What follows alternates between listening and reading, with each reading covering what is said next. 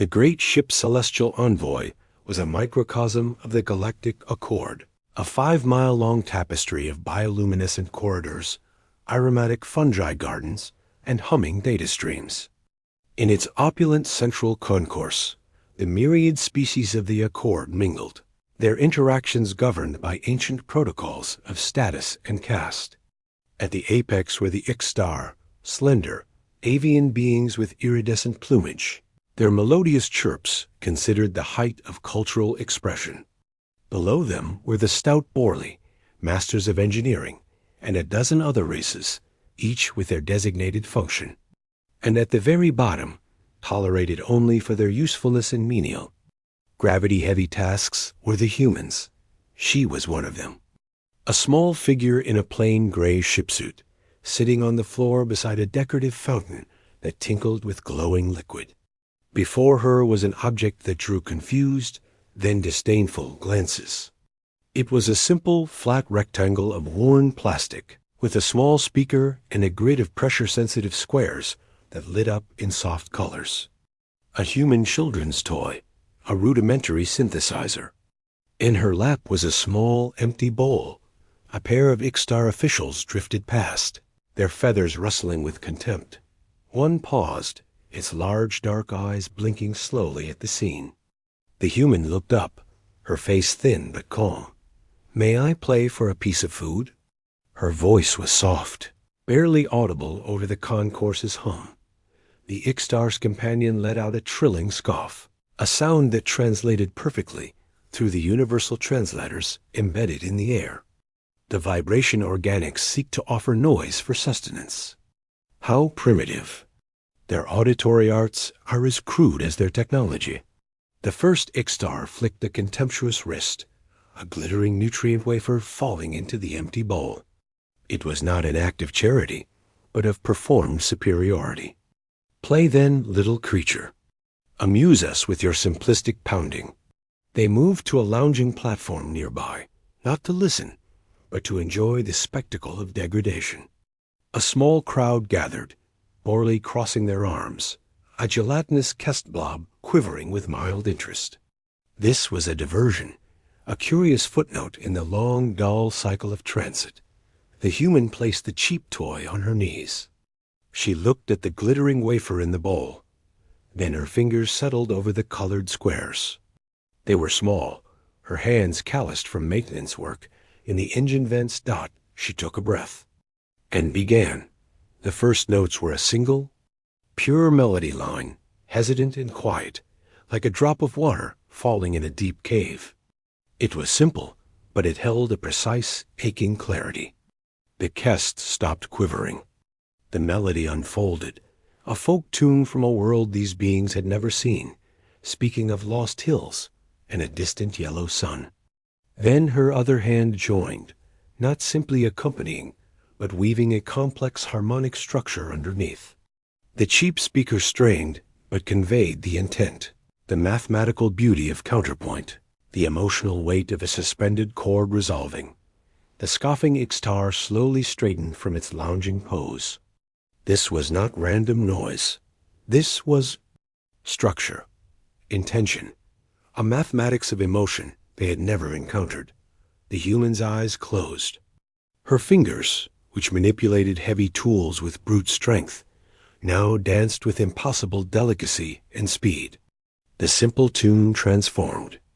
She began to improvise, building upon the theme, introducing a bass rhythm with her thumb that mimicked a heartbeat, then a soaring, intricate treble cascade with her other fingers that spoke of flight, real flight.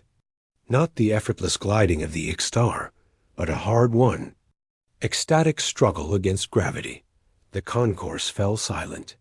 The bubbling fountain, the distant hum of engines, all faded into the background.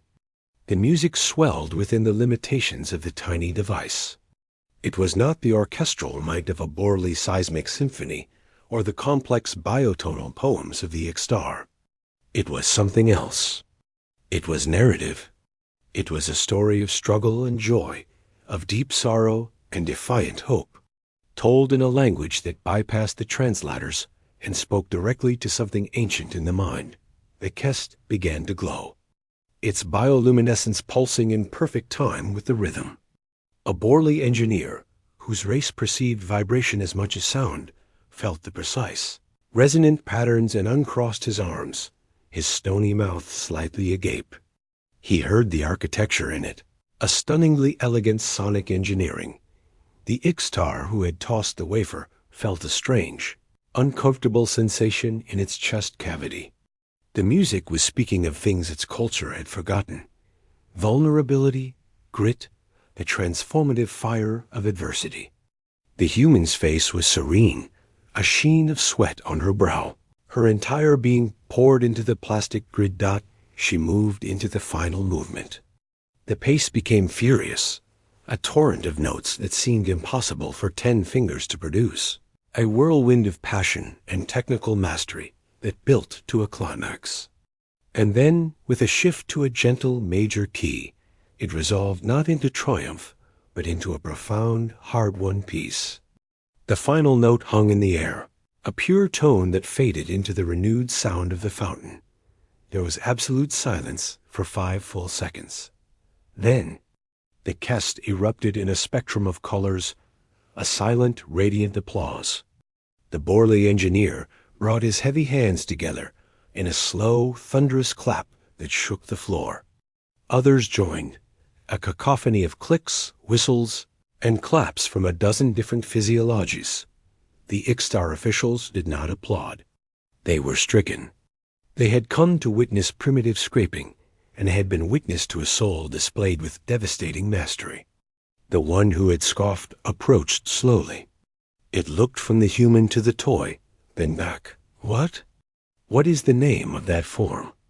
it asked, its translator voice uncharacteristically quiet. The human opened her eyes, looking at the now full bowl, where others had hastily tossed credits and delicacies during her performance. "It is called a sonata," she said simply. "It is a very old form. My people have been practicing it for centuries." "Centuries?" The Borley engineer boomed. "You mean this art predates your starfaring?" "By a long time," she said, gathering her toy.